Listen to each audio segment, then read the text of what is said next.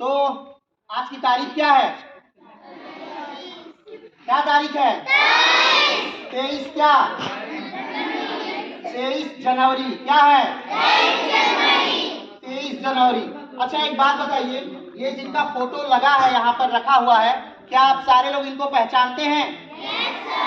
पहचानते हैं? जोर से बोलिए। कौन है ये? जोर से बोलिए। हाँ, ये सुभाष चंद्र बोस है। तो आज 23 जनवरी को हम सुभाष जी का तस्वीर या सुभाष बाबू का फोटो या नेताजी का फोटो यहाँ पर क्यों लगाए हैं, आपको पता है? बोलिए। आज 23 जनवरी को उनका जन्म दिवस है। क्या है? क्या है? जन्म दिवस का मतलब कि आज 23 जनवरी को ही सुभाष चंद्र बोस पैदा हुए थे। क्या हुए थे? पैदा हुए थे। सुभाष चंद्र बोस 23 जनवरी 1897 में कब पैदा हुए थे? 23 जनवरी 1897 में पैदा हुए थे। कहाँ पैदा हुए थे? उस समय के बंगाल प्रेसिडेंसी में। कहाँ पैदा हुए थे? बंगाल प्रेसिडेंसी, जो आज का क्या कहा जाता है? आज का कहा जाता है कटक, उड़ीसा। कटक में पैदा हुए थे 23 जनवरी 1897 में नेताजी सुभाष चंद्र बोस।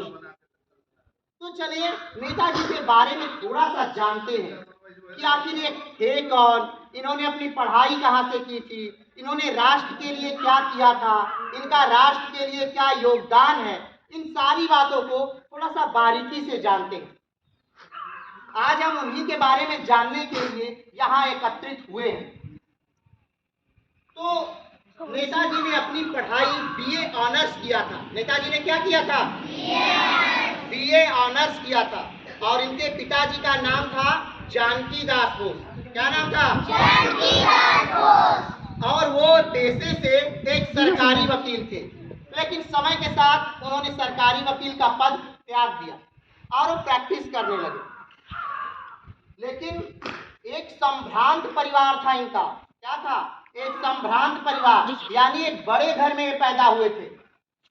धीरे धीरे ये बड़े होते रहे और इन्होंने कलकत्ता विश्वविद्यालय से बीए ऑनर्स की पढ़ाई अपनी पूरी की।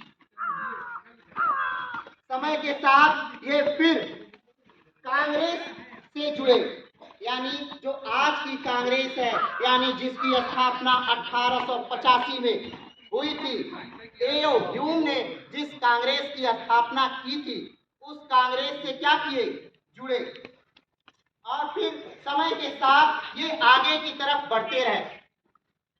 एक समय ऐसा आया जब ये कांग्रेस के अध्यक्ष भी रहे। क्या रहे? अध्यक्ष रहे। और एक समय ऐसा आया जब ये अपना देश छोड़कर अफगानिस्तान के रास्ते जर्मनी पहुंचे। और आपको पता है इनको नेताजी की उपाधि किसने दी थी? इनको नेताजी की उपाधि दी थी एडोल्फ हिटलर ने। किसने दी थी? एडोल्फ हिटलर ने। और वहीं से ये फिर जर्मनी में जाकर एडोल्फ हिटलर से मिले और भारतीय सैनिकों के रिहाई की मांग की। फिर उसके बाद ये जापान जाते हैं और रास बिहारी बोस से मिलते हैं और फिर आजाद हिंद फौज के सर्वोच्च सेनापति बनते हैं। वहां पर एक नेहरू ब्रिगेड और गांधी ब्रिगेड जैसी कई लड़ने वाली नौजवानों की फौज बनाते हैं। झांसी ब्रिगेड महारानी लक्ष्मीबाई के नाम से भी बनाई जाती है। आपको पता है ये सैनिकों को लेकर के, यानी जापान से सैनिकों को लेकर के भारत तक, मणिपुर इम्फाल तक आ गए थे, नागालैंड कोहिमा तक आ गए थे, यहाँ तक कि अंडमान निकोबार के बहुत सारे द्वीपों को इन्होंने स्वतंत्र करा लिया था। सोचिए, एक छोटा सा, एक मामूली सा आदमी अकेले दम पे विदेश जाता है, वहां पर सेना बनाता है, फौज बनाता है, उनके रसद की व्यवस्था करता है, उनके गोले बारूद की व्यवस्था करता है और भारत को स्वतंत्र कराने के लिए, लड़ने के लिए अंग्रेजों से भारत पर आक्रमण करता है अंग्रेजों से लड़ने के लिए। लेकिन एक दुर्भाग्य था कि 1945 में नेताजी की विमान दुर्घटना में मृत्यु हो जाती। ये बात अलग बात है कि कुछ लोग मानते हैं कि नेताजी उसमें बचे और कुछ लोग मानते हैं कि नेताजी की उसमें मृत्यु हुई। लेकिन सोचिए, आज भी जापान सरकार इनकी पुण्यतिथि मनाती है। जिस प्रकार हमारे देश में इनके जन्म दिवस पर कार्यक्रम होते हैं, इनकी पुण्यतिथि पर कार्यक्रम होते हैं, उसी प्रकार जापान सरकार भी इनके जन्म दिवस और पुण्यतिथि पर कार्यक्रम होता है जापान में। यानी एक दूसरे देश में भारत के एक जन्मे एक व्यक्ति के लिए, जो कटक जैसे एक छोटी सी जगह पर पैदा हुआ था। नेताजी के और भी बहुत ढेरों सारे कार्य हैं। गांधी जी से इनकी बहुत ज्यादा मित्रता घनिष्ठता थी। ये उनको बड़े भाई के तौर पर मानते थे। नेहरू जी से भी, यहाँ तक कि नेहरू जी की जब पत्नी की मृत्यु होती है विदेश में ही, तो या वहां पर भी जाते हैं, वहां पर उनसे मिलते हैं, उनसे सहानुभूति प्रकट करते हैं। तो समय समय पर इन्होंने राष्ट्र के लिए बहुत सारे कार्य किए, लेकिन जो सबसे बड़ा योगदान इनका राष्ट्र के लिए था वो अकेले दम पर एक फौज का निर्माण करना, उस फौज को सारी सुविधाएं प्रदान करना, उस फौज को लेकर के लीड करके भारत पर आक्रमण करना और बहुत सारे जगहों को स्वतंत्र करा लेना। ये अपने समय में बहुत ही महत्वपूर्ण इनकी उपलब्धि। आगे के लिए मैं सर से अनुरोध करता हूं कि सर आपको इनके बारे में और भी ढेरों जानकारियां देंगे और बताएंगे। बहुत सारी जानकारियां आप लोगों ने पार्थ सर के माध्यम से सुना, और ये हमारे जो स्वतंत्रता सेनानी थे, जब हमारा देश स्वतंत्र था उस समय इनकी भूमिका,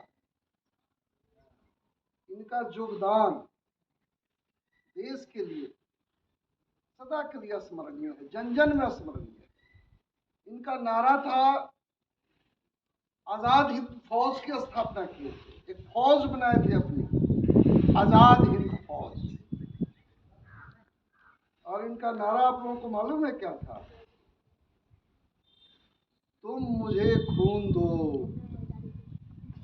और पीछे से लोग कहते थे, मैं तुम्हें आजादी दूंगा, तुम मुझे खून दो।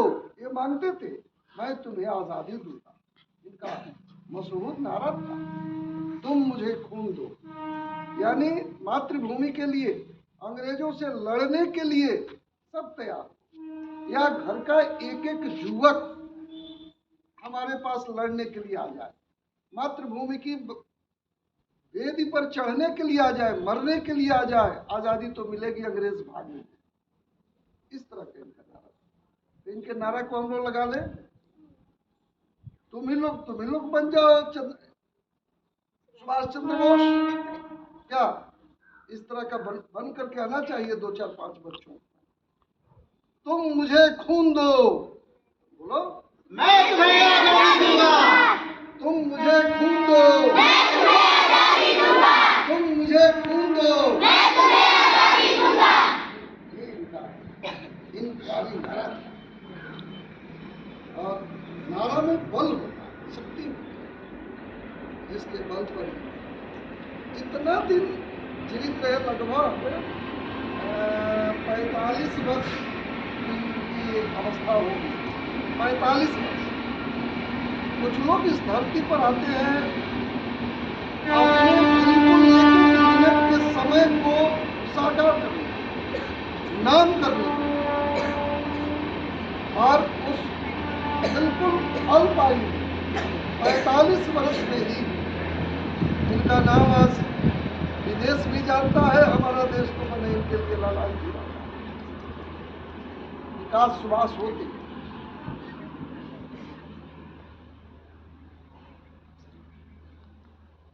हम सभी इनके जीवन से, इनके कर्तव्यों से, जो विस्तृत रूप से हमारे पार्थ सर ने बताया, आज घर पर जाकर के नेताजी सुभाष चंद्र बोस को अध्ययन करें।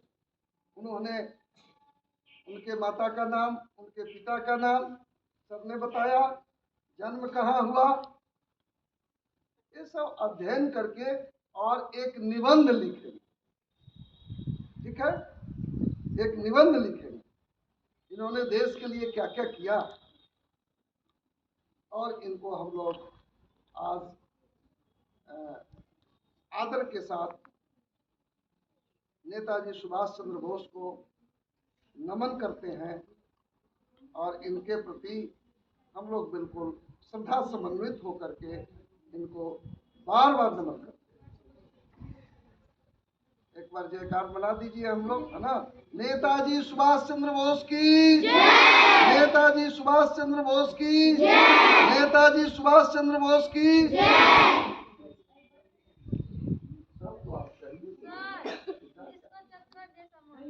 ठीक है, तो अभी आप लोग यहाँ से क्लास में जाएंगे, बोला जाएगा तो क्लास में जाएंगे, बैग लेंगे, और आज के लिए इतना काफी है। आप आज की छुट्टी होती है, आज आप जा सकते हैं, लेकिन ध्यान रहे कल आपकी फर्स्ट मीटिंग में प्रतियोगिता है। ठीक है, नेताजी सुभाष चंद्र बोस पर चित्रकला प्रतियोगिता। ठीक है, जो बच्चे भाग लेना चाहते हैं वो अपने साजो सामान के साथ आएंगे, जो चीजें उनके पास नहीं रहेंगी वो विद्यालय से दिया जाए। ठीक है, कोई शक है? ठीक है।